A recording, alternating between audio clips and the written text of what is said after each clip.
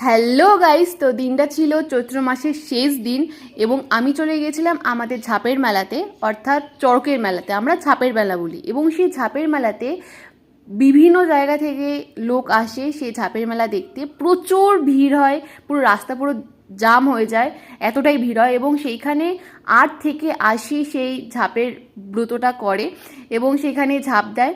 এবং তারা না কয়েকটা জিনিস নিয়ে, যেমন বিভিন্ন রকম সবজি, ইঁচড়, তারপর ডাব, তারপর খেজুর, এইসব নিয়ে ওঠে এবং সব জনগণের উদ্দেশ্যে ছুঁড়ে পারে। এবং এটা পাওয়ার জন্য একেবারে হামলা চলে রীতিমতো ছেলেদের মধ্যে। কিন্তু এটা দেখতে বেশ লাগে। মিনিমাম আধ ঘন্টা হয়। আর এখানে একটা মহাদেবের মন্দির আছে যেটা খুব জাগ্রত এবং এটা খুব ভিড়ও হয় সেখানে শিবরাত্রির দিন, নীলপুজোর দিন। এবং তারপর আমি বাদাম নিলাম, তারপর হাঁটতে হাঁটতে চলে এলাম। বাই।